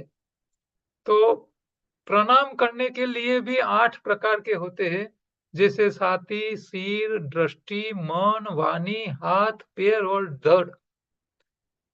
तो ये सब 8 अंगों को सक्रिय करने के लिए साष्टांग प्रणाम की विधि हमारे शास्त्रों ने बताई है।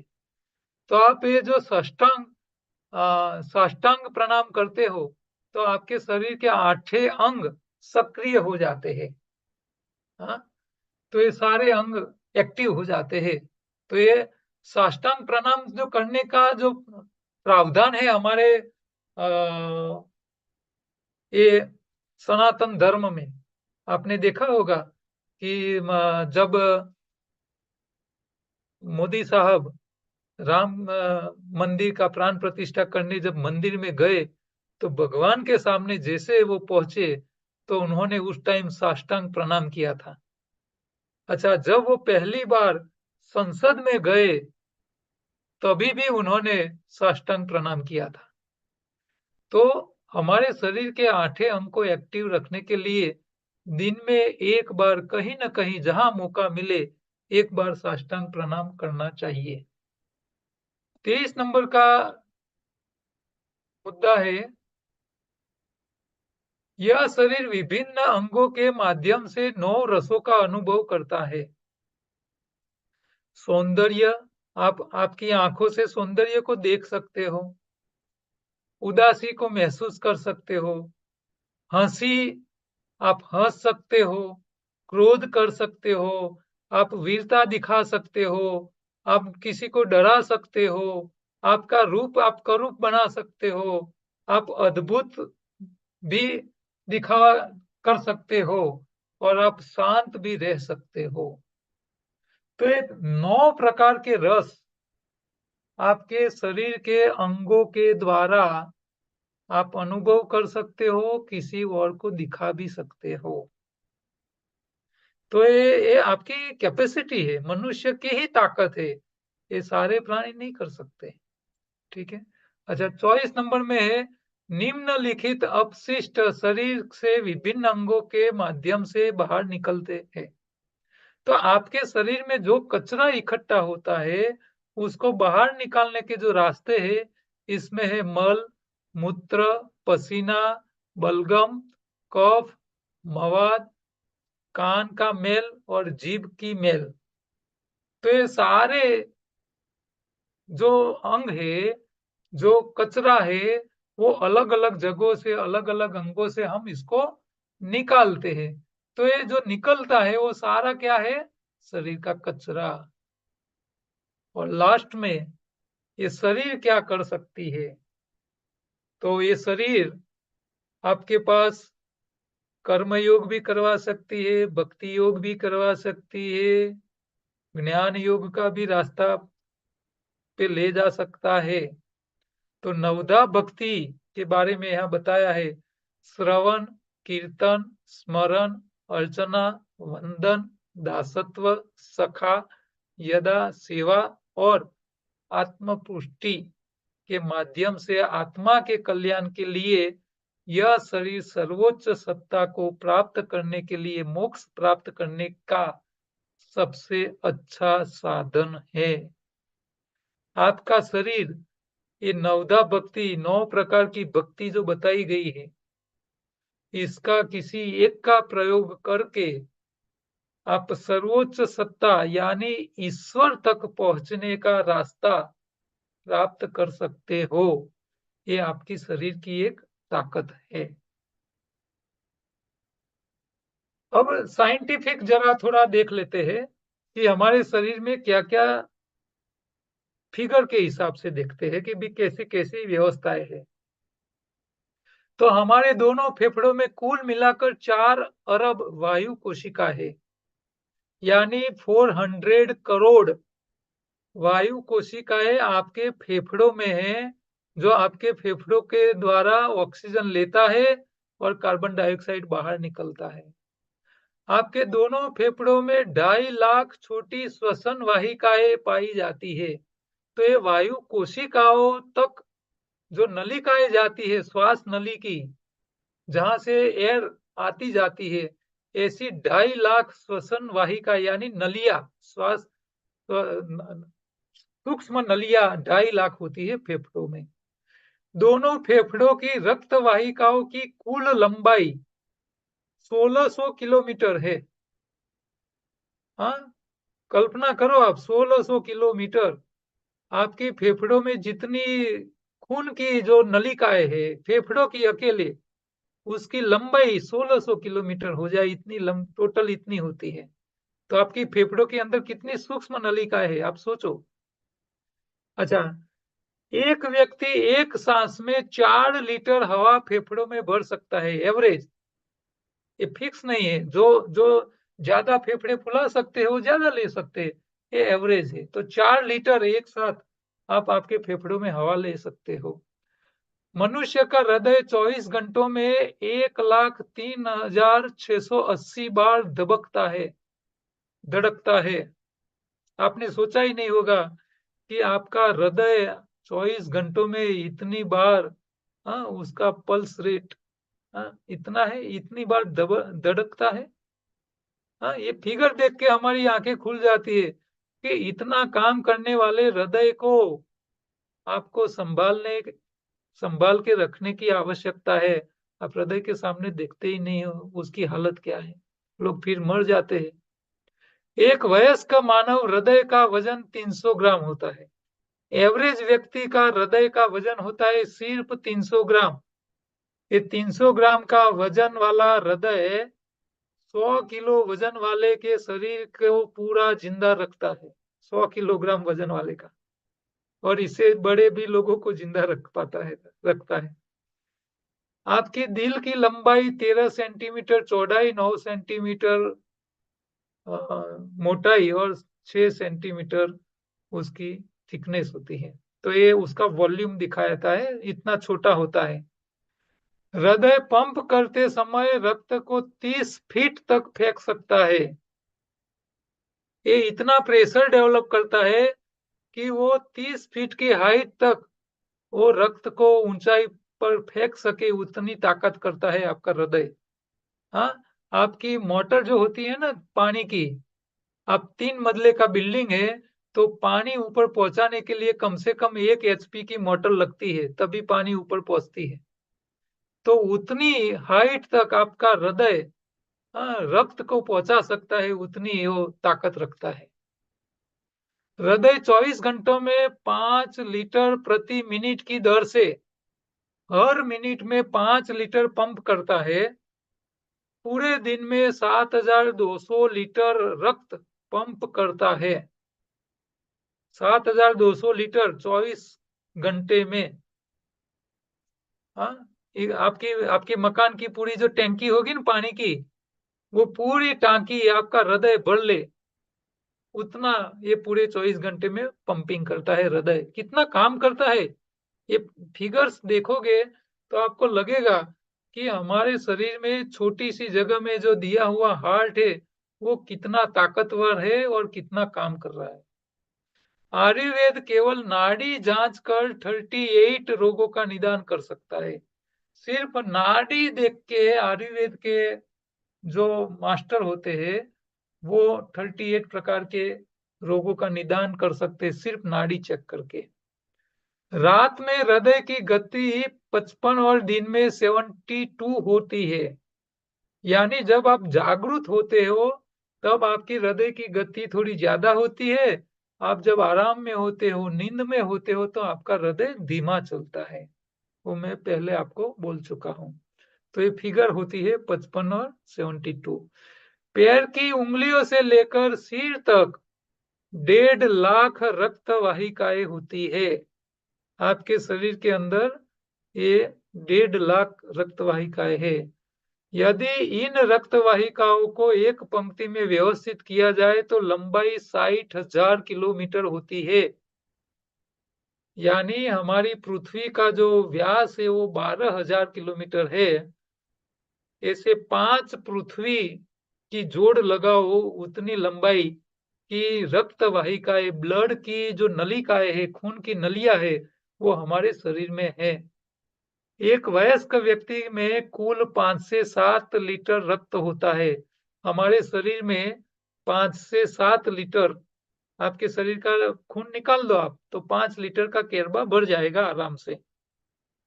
बहुत दुबले पतले होगे तभी कम होगा, बाकी एवरेज 5 लीटर होता है। रक्त कोशिकाओं को पूरे शरीर में प्रसारित होने में केवल 20 सेकंड लगते हैं। आपके हाथ में जो खून है वो पैर में जाने में उसको 20 सेकंड से ज्यादा टाइम नहीं लगता।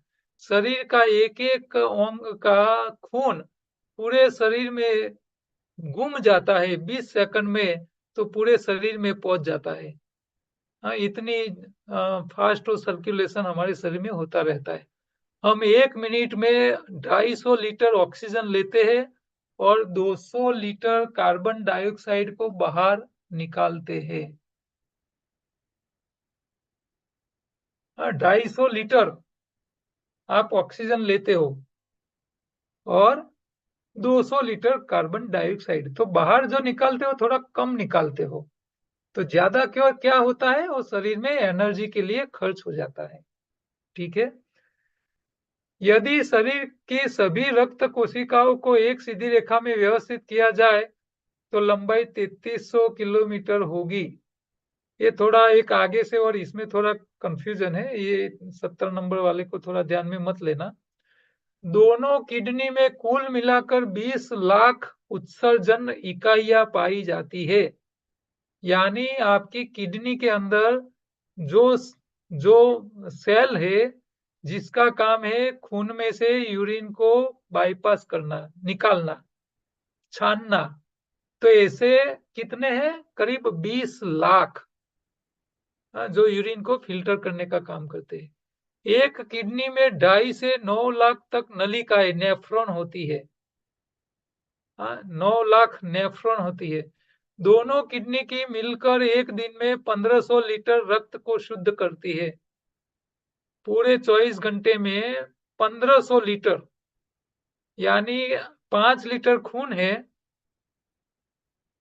तो 300 बार पूरे दिन में आपका खून जो होता है वो किडनी में से 300 बार घूम जाता है, इसमें से सफेद अंदर होके निकल जाता है, 300 बार हो जाता है। शरीर की छोटी आंत की लंबाई 25 फीट के आसपास होती है। बड़ी आंत की लंबाई 6 फीट के आसपास होती है। अब 25 फीट लंबी छोटी आंत है तो पतली ही होगी आपकी। लास्ट फिंगर जो है, टचली उंगली बोलते हैं उसको, उतनी पतली होती है। मुंह से लेकर गुदा तक भोजन कुल 35 फीट की दूरी से होकर गुजरता है। आप मुंह से खाते हो और पीछे मल द्वार से मल जब बाहर निकलता है तो टोटल रास्ता 35 फीट हो जाता है। आपको दिखता है 4 फुट का, लेकिन वो खुराक को अंदर घूमने का होता है 35 फीट। एक मनुष्य के पेट में एक समय में 4 किलो भोजन समा सकता है। देखो कितनी कैपेसिटी है, लोग दबा दबा के खाते हैं। 4 किलो तक भोजन एक साथ ले सकता है। एक नवजात शिशु में 310 हड्डियां होती है और युवा होने के बाद उसकी 206 बन जाती है, कम हो जाती है। वो कंकाल तंत्र में हमने इसके बारे में देखा था। अच्छा, मनुष्य के दोनों हाथों में कुल करीब 27 हड्डियां है। मानव की खोपड़ी में 22 हड्डियां है। आपकी खोपड़ी एक नहीं है, वो अलग अलग टुकड़ों से बनी है और सब जोड़ लगा के 22 हड्डियां से जुड़ी हुई है खोपड़ी। पूरे शरीर में पसीना निकालने के लिए 5 करोड़ पसीने की ग्रंथियां है आपकी स्किन के ऊपर। शरीर में मांसपेशियों की कुल संख्या है 700। एक वर्ग चौरस फुट में त्वचा के अंदर 1500 छिद्र होते हैं। हाँ, आपकी चमड़ी के अंदर एक चौरस फुट की चमड़ी में 1500 छिद्र होते हैं त्वचा के अंदर। जब कोई व्यक्ति बोलता है तो 72 मांसपेशियां एक साथ काम करती है, सक्रिय होती है। आप कुछ भी बोलते हो तो आपकी जो मांसपेशियां है जीभ के साथ जुड़ी हुई, ऐसी 72 मांसपेशियां एक साथ काम करती है, तभी आप सही आवाज निकाल पाते हो। ऐसे आवाज नहीं निकलता है। मैं बोलता हूँ आप समझ लेते हो, तो वो पर्टिकुलर शब्द वही टोन निकालने के लिए एक साथ 72 मांसपेशियों को काम करना पड़ता है। जब किसी व्यक्ति को गुस्सा आता है तो उनकी 128 मांसपेशियों सीधी तौर पर प्रभावित होती है। हाँ, गुस्से में सबसे ज्यादा नुकसान होता है। एक बड़े मस्तिष्क का वजन लगभग 1.5 किलो होता है। हमारा मगज का वजन एवरेज 1.5 किलो होता है। छोटे बड़े मस्तिष्क में कुल मिलाकर 100 अबज कोशिका है। हाँ, 100 अबज यानी 100 × 100 करोड़। कितने हुए? 10,000 करोड़ कोशिकाएं आपके मस्तिष्क में है। स्वाद जीभ ऊपर 3,000 प्रकार की कलिकाएं होती है। 3,000 कलिकाएं जो स्वाद को चेक करती है। तो स्वादेंद्रिय जो होती है वो 3,000 है, जो अलग अलग प्रकार के स्वाद को टेस्ट करती है। जीभ पर स्वाद केंद्र हर 10 दिन में नवीनीकृत होते हैं। यानी आपके स्वाद के जो भी केंद्र है टेस्ट के, वो हर 10 दिन में नए बन जाते हैं। हाँ, ये जल्दी वो नए बनते रहते हैं। मनुष्य की आंखें 24 घंटों में 14,400 बार झपकती है। हाँ, आपको पता नहीं है, आपकी आंख मारती रहती है। हाँ, 14,400 बार झपकती है आपकी आंख एक दिन में। प्रति मिनट 15 सांसों के हिसाब से हम 24 घंटों में 21,600 सांस लेते हैं। 24 घंटे में शरीर से 9 छिद्रों के जरिए 5 किलो कचरा बाहर निकलता है। देखो, आप पूरे दिन में 5 किलो कचरा शरीर से बाहर निकालते रहते हो। ये वायु स्वरूप है, ये प्रवाही के स्वरूप में है, मल के रूप में है, अलग अलग प्रकार के पसीने से सब मिला के 9 द्वारों से 5 किलो कचरा निकलता है। एक व्यक्ति को एक दिन में 13 घन मीटर स्वच्छ वायु की आवश्यकता होती है। 13 घन मीटर, हाँ, इतनी वायु आपको चाहिए। 8 घंटे की नींद में एक व्यक्ति 35 बार करवटें बदलता है। हाँ, एवरेज। हाँ, उलट सुलट शरीर करता रहता है, नींद में ही करता है, आपको पता नहीं चलता है। 8 ग्रंथियां है, पिनियल है, हाइपोथैलेमस है, पिट्यूटरी है, थायराइड है, अग्नाशय है, अधिवृक्क है, अंडकोश है और अंडाशय। तो ये 8 ग्रंथियां जो है वो हमारे शरीर में अंतःस्राव पैदा करती है, जो शरीर के लिए बहुत काम के हैं। शरीर में हाथ, पैर, आंख, कान आदि 78 अंग 2 अक्षरों के होते हैं। हाँ, ऐसे 78 अंग है, उसका नाम 2 अक्षरों से पड़ा है। आंख, कान, नाक, मुंह, लिंग, गुदा के 6 द्वार, कुल मिलाकर 9 द्वार है। श्वसन, उत्सर्जन, पाचन और रक्त पंचतंत्र शरीर को चलाते हैं। हर 64 दिनों में नई पलकें उगती है। हाँ, आपकी जो आईब्रो है वो 64 दिन में नई उग जाती है। प्रकाश का विश्लेषण करने के लिए आंखों में 70 लाख रिसेप्टर्स है। आपकी एक आंख में, आपकी दोनों आंखों में सब मिला के 70 लाख रिसेप्टर्स है। आंख का कॉर्निया एकमात्र ऐसा अंग है जिसमें कोई रक्त वाहिकाएं नहीं है। हाँ, आपकी जो कॉर्निया होती है आंख में, इसमें खून नहीं होता है, बिना खून का वो ऑर्गेन होता है। एक ही जगह है ऐसी जिसमें खून नहीं पहुंचता है, बाकी शरीर के हर अंग में खून जाता है। मनुष्य अपनी आंखों से 2000 से अधिक रंगों को पहचान सकता है। 2000 टाइप के कलर आप अलग अलग देख सकते हो, उसको पहचान सकते हो। पेट के अंदर अंदर की जो परत है, जो थिकनेस है पेट की, वो 10 दिनों में नई हो जाती है। आपकी जो जठर के अंदर की जो लेयर है वो 10 दिन में नई बन जाती है। मानव शरीर में कुल 60,000 अरब कोशिकाएं, 60,000 अरब कोशिकाएं है हमारे शरीर में कुल। पूरे शरीर की नसों की लंबाई 72 किलोमीटर है। हमारे शरीर का 2/3 भाग पानी का है। हाँ, 2/3 वजन आपका पानी ही है। शरीर का सामान्य तापमान 98.4 डिग्री फ़ारेनहाइट यानी 37.4 डिग्री सेल्सियस होता है। मनुष्य का शरीर -20 तापमान और 55 डिग्री से अधिक तापमान सहन नहीं कर सकता। हाँ, -20 से कम नहीं कर सकता और 55 से ज्यादा तापमान सहन नहीं कर सकता शरीर। हाँ, वो शरीर को सबसे ज्यादा नुकसान करने वाले लिमिट है। हमारी सांस लेने की ध्वनि 10 डेसिबल होती है। हम जब श्वास लेते हैं तो उसका जो आवाज होता है आपको पता नहीं चलता है, लेकिन वो मेजर करो तो 10 डेसिबल होती है। एक बच्चे को 100 एक जवान आदमी को 3,500 और एक वयस्क व्यक्ति को 2,000 और एक महिला को 1,800 कैलोरी की जरूरत होती है एवरेज। इतनी भोजन की आवश्यकता रहती है। एक व्यक्ति जीवन काल में 120 बार रक्तदान कर सकता है, 20 से लेके 55 साल की उम्र तक। इससे ज्यादा लोग भी करते हैं। 120 बार ये एवरेज बात है, बाकी तो कई लोग ज्यादा भी कर लेते हैं। मनुष्य 100 साल के जीवन में 33 वर्ष सिर्फ सोकर व्यतीत करता है, यानी हम नींद में गुजार लेते हैं। तो 33% हमारा जो समय है, 100 सालों में से 33 साल हम सोने के लिए खर्च करते हैं, इस्तेमाल करते हैं। एवरेज, हाँ। सारे लोग 8 घंटा नहीं सोते हैं। कई लोग होते हैं जो 5-6 घंटे से काम निपटा देते हैं।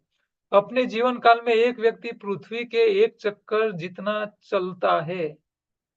हाँ, आप चाहे आपके गांव को छोड़ के कहीं नहीं गए हो, लेकिन पूरी जिंदगी आप अपने गांव में ही रहोगे, लेकिन पूरी जीवन में आप इतना चलते हो कि आप पूरी पृथ्वी का एक चक्कर लगा सको, उतना पूरे जीवन में आप चल लेते हो। ठीक है।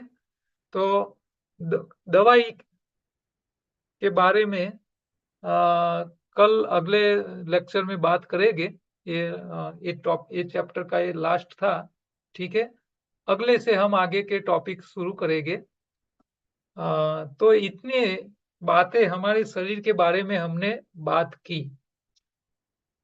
टाइम तो ऑलरेडी हो चुका है।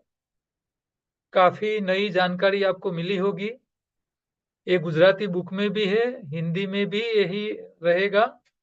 आप उसको बार बार पढ़ना, तो आपको क्या होगा कि भी आपको पता चले आपकी शरीर की अहमियत क्या है, उसका इम्पोर्टेंस क्या है, भगवान ने इसको बनाने में कितनी बुद्धि लगाई होगी, कितना मगज चलाया होगा, तभी आपका इसी प्रकार का शरीर बन पाया होगा। और इसको टिकाने के लिए भगवान ने ऐसी अरेंजमेंट करके रखी है कि आप कुछ भी खाओ फिर भी आपका हृदय दबकता रहे। हाँ, आपकी पेट्रोल की गाड़ी है तो पेट्रोल के अलावा आप कुछ नहीं डाल सकते, डीजल वाली गाड़ी में डीजल के अलावा कुछ नहीं डाल सकते। लेकिन ये शरीर की गाड़ी ऐसी है, इसमें आप पेट्रोल भी डाल देते हो, डीजल भी डाल देते हो, फिर भी आपकी गाड़ी चलती रहती है। तो ये चमत्कार के अलावा कुछ नहीं है। ठीक है। किसी के मन में कोई सवाल है तो हम हैंड रेज करे, जो लोग करते हैं उनको मौका दे देते हैं, फिर हम यहाँ अपना आज का लेक्चर पूरा करेंगे। रेखा बेन आर्य, अनम्यूट कीजिए और प्रश्न कीजिए आपका कुछ। हमारे टॉपिक के बारे में ही क्वेश्चन होने चाहिए। आपको लॉगिन के बारे में कोई क्वेश्चन है तो हमारे जो योगाहार का जो कोर्स का जो ग्रुप है, उसके जो एडमिन है रिद्धि बहन, उनको कांटेक्ट कर लेना है आपको। बोलिए रेखा बहन जी। हाँ जी, नमस्कार सर। जी जी बोलिए। सर, आज की क्लास मिस होगी, मैंने अभी जस्ट ज्वाइन की है। जी मेरी योगा क्लास थी, जी जी। तो इसकी रिकॉर्डिंग मुझे मिल जाएगी? हाँ मिल जाएगी, वो आपको लॉगिन आईडी, आपका ईमेल आईडी और पासवर्ड से आप कर सकते हो। और बाद में, लेकिन आज का लेक्चर आज ही नहीं मिल पाएगा, वो अच्छा 1 या 2 दिन लगते हैं। ठीक है। अच्छा अच्छा, ठीक है सर। ओके ठीक ओके, है ओके। धन्यवाद। हाँ, किसी और को कोई क्वेश्चन है तो हाथ रेज करे, हिलाए, तो हम बात कर ले, या फिर हम उसको खत्म करते हैं। वंदना बेन कनाडा से, कैसे हो बेन जी? बोलो। मजे में सर, बहुत अच्छे। Thank you. आप શું कैसे? છે તમારું કેનેડાનું ટેમ્પરેચર? ટેમ્પરેચર અત્યારે થોડુંક સારું છે, પ્લસમાં છે, 0 ની આજુબાજુ. અચ્છા, બાકી ગયું હતું -20 સુધી જો ગયું હતું. આ લોકો -20 ડિગ્રીમાં રહે છે બધા. હમ. એક વર્ષ નવું ફર્સ્ટ યર હતું ત્યારે થોડી તકલીફ પડી હતી, પણ હવે થઈ ગયું એમ સેટ થોડું બોડી. સરસ. ચાલો, દિગ્વિજય બી હેન્ડ રેઝ કર્યો છે. બોલો. મજામાં ને બધા વંદનાબેન? અલકાબેન, દિગ્વિજયભાઈ બોલો. આજે તમે આજે લેક્ચર લીધું આ બધું જે બધું કરો છો આ એક્ઝામમાં પૂછે તમારો અવાજ કપાય છે જી લીધું ને તમે શરીરરચના શાસ્ત્ર વિશે આ બધું અંદરની જે માહિતી આપી હા હા એ બધું પૂછાશે એક્ઝામમાં છેલ્લે અંતે જો અમુક નાની નાની વાતો આપણને ખ્યાલ હોવી જોઈએ હા હૃદય કેટલી વાર ધબકે છે શ્વાસ કેટલા લઈએ જે જે આપણા શરીર સાથે રૂટીન કામના છે જી એવી એવી વાતો પૂછાશે બાકી બહુ જે ખાલી ઇન્ફોર્મેટિવ હોય એને કઈ બહુ યાદ રાખવાની જરૂર નથી બરાબર છે આપણને શરીર સાથે જોડાયેલી હોય આપણે કોઈ પેશન્ટ સાથે એના સાથે કોમ્યુનિકેશન કરતા હોય તો એને બી થોડો ઇમ્પ્રેસ કરવો પડે એને બી જાગૃત કરવો પડે કે બી તારા શરીરમાં ભગવાને આટલી અદ્ભુત ચીજો મૂકેલી છે અને તું આંખો બંધ કરી અને તારા શરીર સામે ધ્યાન ના આપે તો કેમ ચાલશે એટલે જી એને બી થોડો એ કરવા માટે આપણે આ બધું કરતા રહેવાનું હા બરાબર છે હા હા અને આપણે એવું જ માનવાનું સામે વાળો અભણ છે એને કઈ ખબર નથી એટલે માની કઈ ખોટું બોલી જાવ તો એમાં કઈ ચિંતા નહીં કરવાની બરાબર છે અને ના એને એવું લાગવું જોઈએ કે આ સાહેબ બહુ હોશિયાર છે ને મારી આંખો ખોલી રહ્યા છે બસ બરાબર છે પુષ્પાબેન બોલો જી જી okay okay thank you sir જી સાચી જ વાત છે કે આપણે ક્લાસમાં જઈને લોકોને કંઈક નવું આપીશું એ લોકોને તો નવું જ લાગવાનું છે એને તો નવું જ લાગવાનું છે અને આપણે ખૂબ જ્ઞાની છે એવું એને લાગવાનું એને છે એવું લાગશે હા.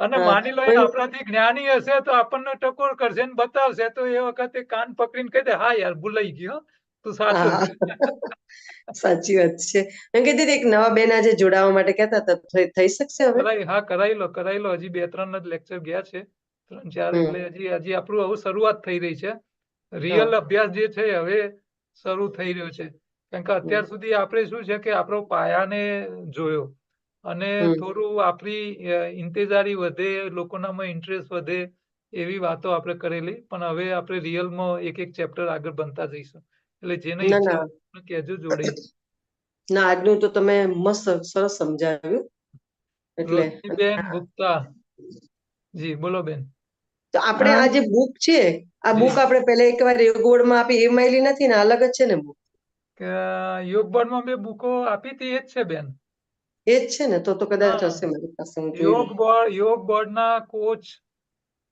હા જેટલા હતા એ બધાને આપણે મેં વડતાલમાં પણ કદાચ તમે આપી હતી આ આનંદ યોગ કોચની તાલીમ વખતે બધા યોગ કોચોને મારા તરફથી મેં બુક આપી હતી हाँ हाँ बस तो हंसे जी રોશનીબેન બોલો जी सर इसमें एक शब्द आया है तन्मात्रा उसका मीनिंग क्या होगा मुझे देखना पड़ेगा कौन से लाइन में था शुरू वो में जरा ही मुझे व्हाट्सएप कर लेना मैं उसका आपको विवरण दे दूंगा ठीक है जी क्योंकि जी अभी जी मुझे टाइम नहीं मिलेगा जी जी मोनिका सोमपुरा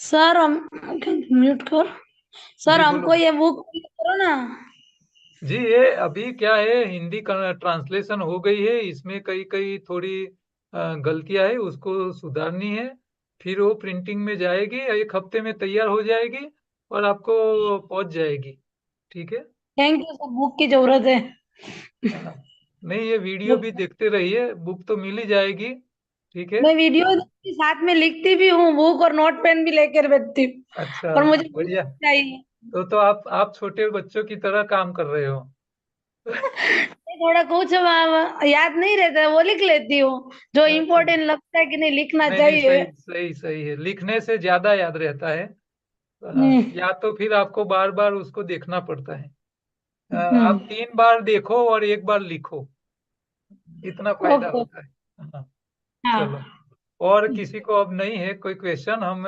यहाँ 10 मिनट ओवर हो चुके हैं आप सबका धन्यवाद आप वीडियोस जब जब मौका मिले देखते रहिए और मेरे दूसरे वीडियोस भी यूट्यूब चैनल पे है तो उसको भी देखते रहिए तो आपका ज्ञान बढ़ता रहेगा समय का सदुपयोग कीजिए और जो समझ में आ जाए जो चीज वो उसका प्रैक्टिकल अनुभव स्टार्ट कीजिए जो चीज आपको समझ में आ गई वो आपके अड़ोस पड़ोस में जो भी है कुटुंब में है अड़ोस पड़ोस में है उनके साथ आपको लगे कि ये बात के हिसाब से उनको ये बात बताने की आवश्यकता है तो उसको बताना शुरू कर लेना इससे क्या होगा आपका प्रैक्टिकल बढ़ता जाएगा फिर आपका ये सारी बातें मेमोराइज हो जाएगी, फिर आपको दोबारा पढ़ने की आवश्यकता ही नहीं रहेगी। हाँ, फिर फ्लुएंटली आप कभी भी कहाँ भी कोई आपको खड़ा कर ले तो आप 1 घंटा लेक्चर अपने आप दे पाओगे। ठीक है, तो सुन लिया फिर बंद नहीं रहना है। जहां मौका मिला बहनों की तरह कोई बात सुन ली तो पेट में नहीं रहनी चाहिए, वो बाहर निकल जानी चाहिए। माफ करना बहने, आपकी ये जो आदत है ना वो अच्छी है, लोग भी इसको बुरा ही बोलते हैं, लेकिन जितना नॉलेज बहनें इस दुनिया में शेयर करती है शायद दुनिया में कोई नहीं करता है। तो हम उसको पॉजिटिवली देखते हैं, उसका वो खराब के बारे में नहीं बोलते हैं, सोचते हैं उसको। ठीक है। बोलो अलका बहन शू कहो छो?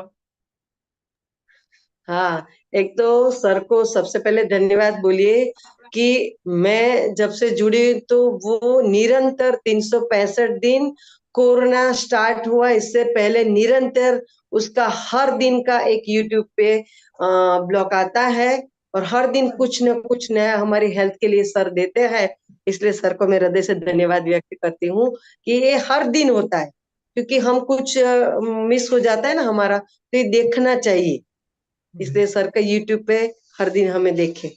जी सर। यही यही मैं कहना यही चाहता हूँ कि जो भी आपको मिल जाए, आपको लगे कि ये दूसरे लोगों के काम की चीज है, तो उसको तुरंत बाहर निकाल दो, लोगों को बताओ, चाहे फेसबुक के माध्यम से बताओ, यूट्यूब से माध्यम से बताओ, लोगों को दिखाते रहो, बताते रहो बस। क्योंकि आप अभी तो देखो ये सोशल मीडिया इतना अद्भुत है कि आप सिर्फ आपकी फेसबुक के पोस्ट, एक छोटी सी पोस्ट लिख के रख दोगे, मान लो दुनिया में कोई कोने में कोई व्यक्ति उसको एक बार पढ़ ले, उसका माइंड में क्लिक हो जाए तो उसकी लाइफ बन जाएगी, और इसका जो भी पुण्य है ना वो आपको मिलने वाला है। ये मत रखना कि भी क्या मिलेगा। हाँ, ऊपर वाला आपको सबका इकट्ठा करके एक ही साथ दे देगा। ठीक है, बोलो दादा अमृत भाई। નમસ્કાર और धन्यवाद। नमस्कार नमस्कार। मारे ये જ કહેવું છે, પર હું ગુજરાતીમાં જ બોલીશ जी जी। કે આપ એક મારી દ્રષ્ટિએ એક દૈવિક પુરુષ और आत्मीय पुरुष हो, जो आप इतना सेवा का कार्य करते हो। मैं देख रहा हूँ लास्ट 4 साल से तो मैं देख रहा हूँ। मैं सभी को मैं यही कहना चाहता हूँ, भाई अमेरिका में हूँ लेकिन सभी को यही कहना चाहता हूँ कि आप नियमित रूप से राजेश भाई को सुनिए तो जरूर, कोई भी लेक्चर मत छोड़िएगा, क्योंकि वो एक अमृतवाणी है। उन्होंने अमृतवाणी हमारे लिए, क्योंकि ये आप जैसे बुजुर्ग लोगों का आशीर्वाद है, और ये तो हमारी ड्यूटी है, जन्म लिया है तो कुछ करने के लिए, कुछ बनने के लिए कुछ नहीं करते हैं, कुछ करने के लिए दिया है। इतनी छोटी उम्र में इतने लेक्चर और इतना बिन स्वार्थी काम करना, ये ईश्वरीय।